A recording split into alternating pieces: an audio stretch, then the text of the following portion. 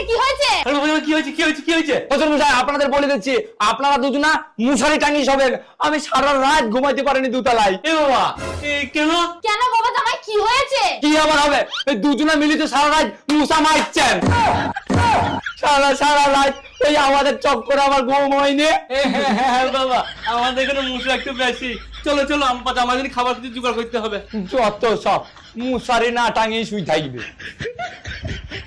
এই নাও বাবা জামাই চা। হ্যাঁ দেন দেন দেন দেন। বলছি বাবা জামাই চাটা খেয়ে ওই ঘরে ঘড়িতে কটা বাজে আমাকে একটু দেখে বলে দাও না। না না, আমি ঘড়ি ফড়ি দেখতে পারি না গো। আরে বাবা আমি ঘড়ি দেখতে পারি, কিন্তু ওই ঘরে যেতে না আমার খুব ভয় লাগে। তুমি গিয়ে শুধু একবার দেখে এসো ঘড়ি কাটা দুটো কোথায় কোথায় আছে, তাহলেই আমি বুঝে নেব কটা বাজে। আচ্ছা ঠিক আছে, দেখে আসছি। আসলে না, আমি দেখে আইছি ঘড়ির দুটো কাটা ঘড়ির ভেতরেই আছে।